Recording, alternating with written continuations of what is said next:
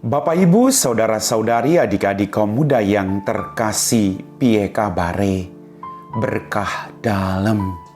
Semoga Anda semua selalu dalam keadaan sehat dan penuh dengan sukacita. Kembali pada hari ini, saya mengajak Anda semua untuk mendengarkan dan merenungkan firman Tuhan.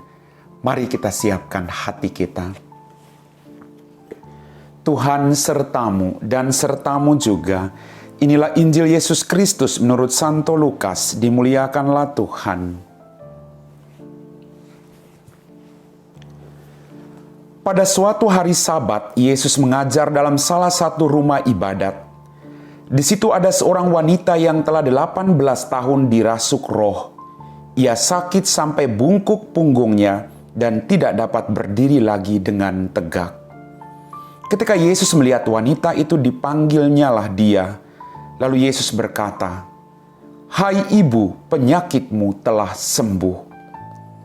Kemudian wanita itu ditumpanginya tangan, dan seketika itu juga ia berdiri tegak dan memuliakan Allah. Tetapi kepala rumah ibadat itu gusar karena Yesus menyembuhkan orang pada hari Sabat. Lalu ia berkata kepada orang banyak, "Ada 6 hari untuk bekerja. Karena itu datanglah pada salah satu hari itu untuk disembuhkan dan jangan pada hari Sabat." Tetapi Tuhan menjawab dia, katanya, "Hai orang munafik, bukankah kalian semua melepaskan lembu dan keledaimu pada hari Sabat dan membawanya ke tempat minum? Nah, wanita ini sudah 18 tahun diikat oleh iblis. Bukankah dia harus dilepaskan dari ikatannya itu karena dia keturunan Abraham?" Waktu Yesus berbicara demikian, semua lawan-lawannya merasa malu. Sedangkan orang banyak bersuka cita karena segala perkara mulia yang telah dilakukannya. Demikianlah sabda Tuhan.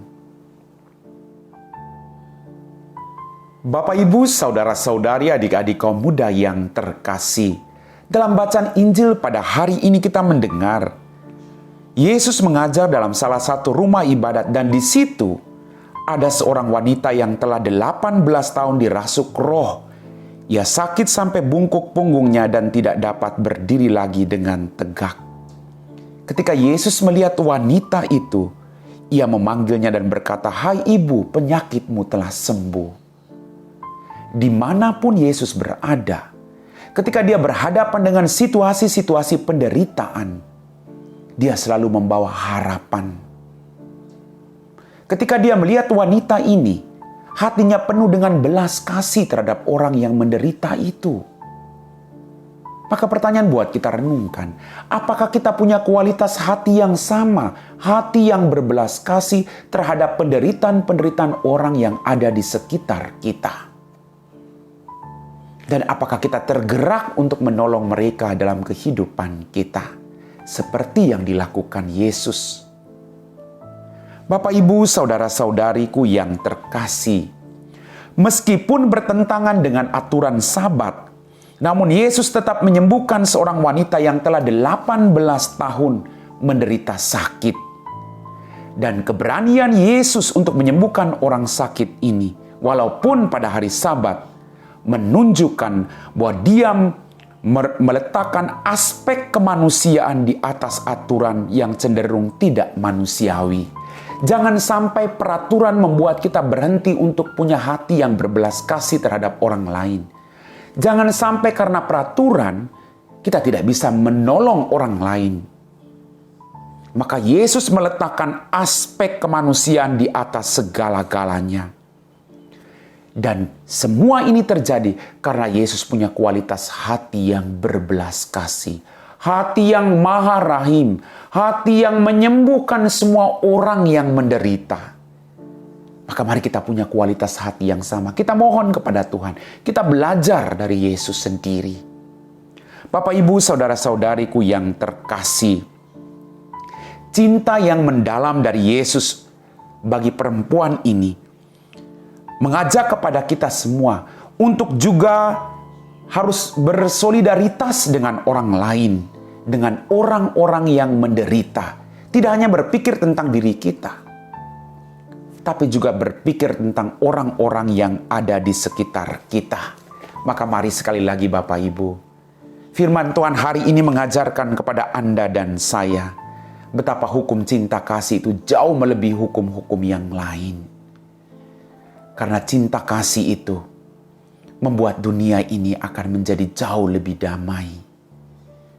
Orang saling menghargai satu sama lain. Ada harapan bagi orang yang menderita. Mari kita bawa hati yang berbelas kasih dalam keluarga kita masing-masing. Suami berbelas kasih terhadap istri, istri berbelas kasih terhadap suami, orang tua terhadap anak-anak, dan anak-anak terhadap orang tuanya. Karena dengan demikian, kita menyembuhkan orang-orang yang saat ini mungkin tidak berdaya dalam keluarga kita masing-masing. Amin.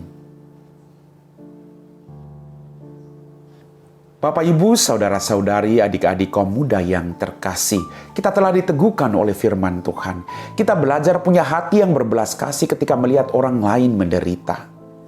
Dan sekali lagi, kesembuhan itu terjadi ketika orang mau datang kepada Tuhan. Ibu tadi menderita 18 tahun. Ketika dia dijamah, disapa oleh Tuhan, dia datang. Dan dia boleh memperoleh kesembuhan itu.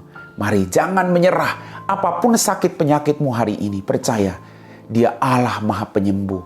Dia akan menjamah dan memberikan kekuatan kepadamu. Mari kita siapkan hati kita untuk berdoa. Dalam nama Bapa dan Putra dan Roh Kudus. Amin. Ya Tuhan Allah Bapa kami dalam kerajaan surga. Terima kasih Bapa atas rahmat kehidupan. Berkat berlimpah yang masih Engkau berikan kepada kami masing-masing. Bantulah kami, agar kami punya hati yang berbelas kasih terhadap penderitaan orang-orang yang ada di sekitar kami. Bantulah, jamalah orang-orang sakit saat ini Tuhan, apapun bentuk penyakit mereka. Kami yakin dan percaya, Engkau satu-satunya tabib ilahi yang mampu memberikan mereka semua harapan akan kesembuhan. Berkatilah kami semua dalam perjuangan hidup kami hari ini. Semoga kami juga tetap membagikan kasih-Mu bagi orang-orang yang ada di sekitar kami. Kami puji Engkau Bapa, kini dan sepanjang segala masa. Amin. Tuhan sertamu dan sertamu juga. Semoga kita sekalian diberkati oleh Allah yang Maha Kuasa, Bapa dan Putra dan Roh Kudus. Amin.